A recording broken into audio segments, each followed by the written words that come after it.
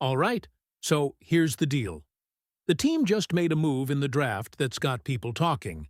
And honestly, it's one of those picks where you either love the idea behind it or you're scratching your head a little. It's not the flashiest choice, but it definitely fills a role that could end up being way more important than it looks right now. The Pittsburgh Steelers have made a move in the fourth round of the 2026 NFL Draft that is already sparking debate among fans and analysts, selecting Iowa wide receiver Caden Wejan with the 121st overall pick. And this is one of those decisions that tells you a lot about how the organization is thinking about immediate impact versus long-term value. What stands out right away is that this wasn't just about adding another receiver to the depth chart. The Steelers clearly targeted Wejan for a very specific role from day one, and that role is on special teams. This is a player who built his reputation at Iowa as one of the most dangerous punt returners in the country, someone who consistently flipped field position and gave his offense an advantage before a single snap was played. In today's NFL, where hidden yardage can decide close games, that kind of skill set carries real weight inside a front office. And make no mistake, Pittsburgh had a need here. With Calvin Austin III no longer in the picture, there was a clear vacancy when it came to a reliable, explosive return specialist. Wejan steps directly into that role, and the expectation internally is that he won't just compete for the job, he'll own it. Kickoff returns are becoming more prominent again with rule adjustments, and the Steelers seem determined to capitalize on that by putting a dynamic athlete back there who can change games instantly. Now, let's talk about the part that's dividing opinions. The talent is not the issue. The fit is not the issue. The timing of the pick is where the conversation gets interesting. Wejan was ranked around 220th on the consensus big board, which suggests that, from a value standpoint, this might have been a reach in the fourth round. There were still several defensive prospects on the board, names like Kyle Lewis, Jalen Kilgore, and Saki Wheatley, players many believed could address other roster needs with higher positional value. So why did the Steelers pull the trigger here? The answer seems to come down to certainty. They didn't want to risk losing the best return specialist in the class. Sometimes teams fall into the trap of waiting too long for value and end up missing out on the exact role player they had identified. Pittsburgh flipped that logic. They went and got their guy, even if it meant taking him earlier than expected. Beyond special teams, there is also intrigue about what Wejan can become offensively.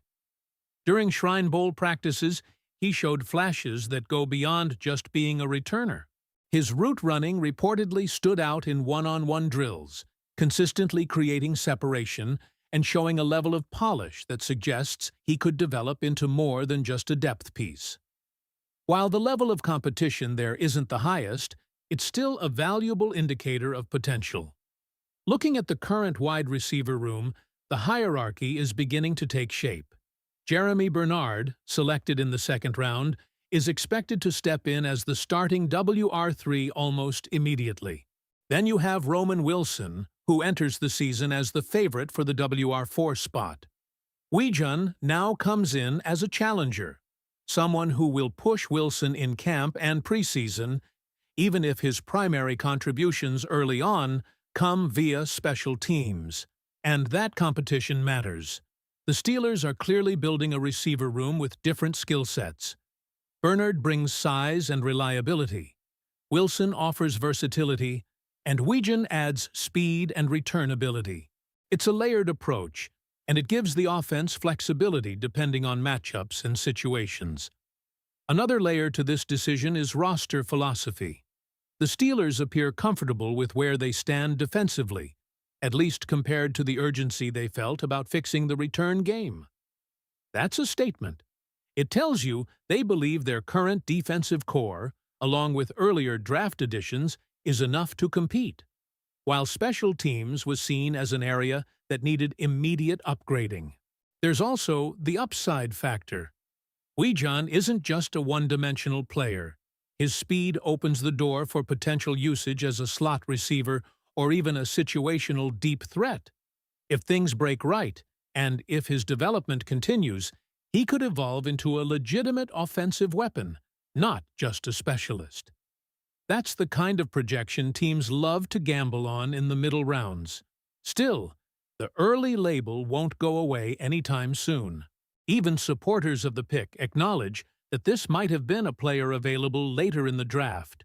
But the Steelers are betting that his immediate impact outweighs the theoretical value of waiting. They're betting on certainty over speculation. And when you zoom out and look at the entire draft class so far, this move fits a pattern. Pittsburgh has been targeting players with clear roles: a potential franchise quarterback in Drew Aller, a developmental corner in Dallin Everett, a future left guard in Jennings Dunker, and now a day-one special teams contributor in Weejan. Every pick has a defined purpose. That clarity is something fans should pay attention to. It suggests a front office that knows exactly what it wants from each selection, even if the outside consensus doesn't always agree with the timing. There's also the fan factor to consider. Players with explosive speed and return ability tend to become fan favorites quickly, especially in a city like Pittsburgh, where effort and impact are deeply appreciated. If Weejan breaks off a big return early in the season, the narrative around this pick could shift very quickly from reach to steal. At the end of the day, this selection comes down to how much you value immediate, specialized impact versus long-term positional value. The Steelers chose impact. They chose a player who can help them win games right now in a very specific way, while still offering developmental upside on offense. So now the question turns to you. Do you agree with the Steelers prioritizing a top-tier return specialist in the fourth round?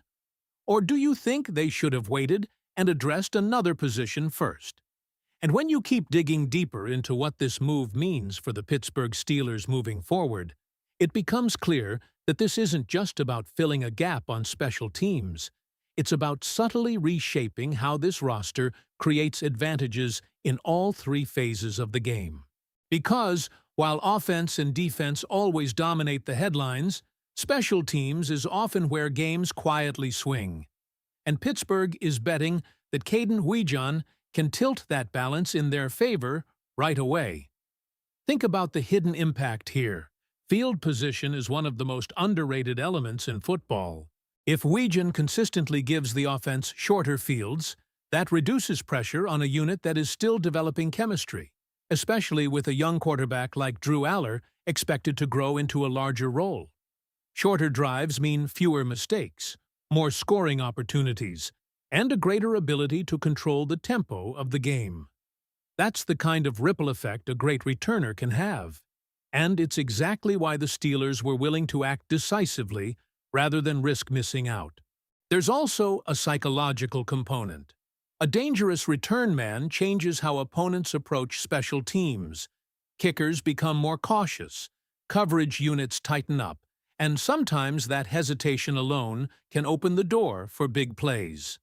Weejan brings that kind of threat level. He's not just someone who fields the ball cleanly. He's someone who forces the opposition to think twice every time the ball is in the air.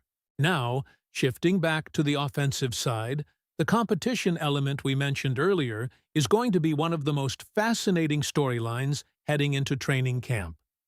Roman Wilson may enter as the favorite for that WR4 role, but Weejan's presence guarantees that nothing will be handed out. Every rep, every preseason snap, every special teams return will matter. And that kind of internal competition is exactly what coaching staffs want, because it raises the overall level of the group. Meanwhile, Jeremy Bernard is expected to lock down that WR3 spot, which means Weejan doesn't need to carry the burden of immediate offensive production. That actually works in his favor.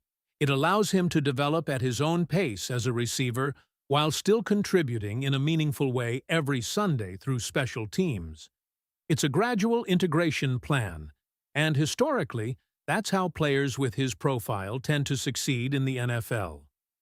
Another important angle here is roster flexibility. By having a player who can handle both punt and kickoff return duties, the Steelers free up spots elsewhere on the roster. That might not sound like a big deal on the surface, but in a league where depth is constantly tested due to injuries, having that kind of versatility can be the difference between keeping an extra defensive back or losing one. Jordyn essentially allows Pittsburgh to do more with less. And let's not ignore the broader draft strategy that continues to unfold. This pick reinforces the idea that the Steelers are not simply drafting for positional value based on consensus boards. They are drafting based on roles, fit, and immediate contribution. From Maxiner in round 1 to Drew Aller as a potential franchise quarterback to Jennings Dunker strengthening the offensive line and now Jordyn boosting special teams, every move connects to a clear vision. Of course, the real judgment will come on the field. If Kyle Lewis or Jalen Kilgore turn into impact defenders elsewhere, this pick will always be compared against what could have been. That's the nature of the draft. But if Jordyn delivers explosive returns, flips field position, and maybe even develops into a reliable slot option, then the narrative shifts completely. Suddenly, it's not about where he was picked. It's about what he brings every single week. And there's a strong belief inside the organization that his speed is going to stand out immediately once fans see him in action.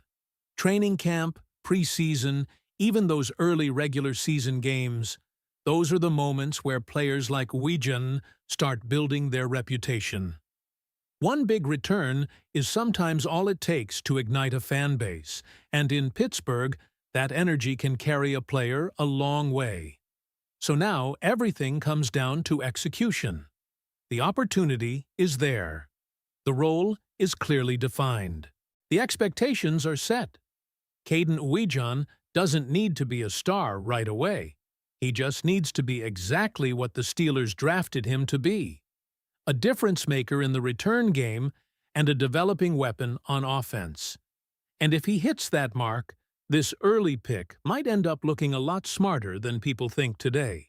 Make sure you subscribe to the channel, leave your like, and click on the video that's on your screen right now, because if you want to stay on top of every single update, every behind-the-scenes development, and all the latest news surrounding the Steelers, this is the place where you're going to get it first.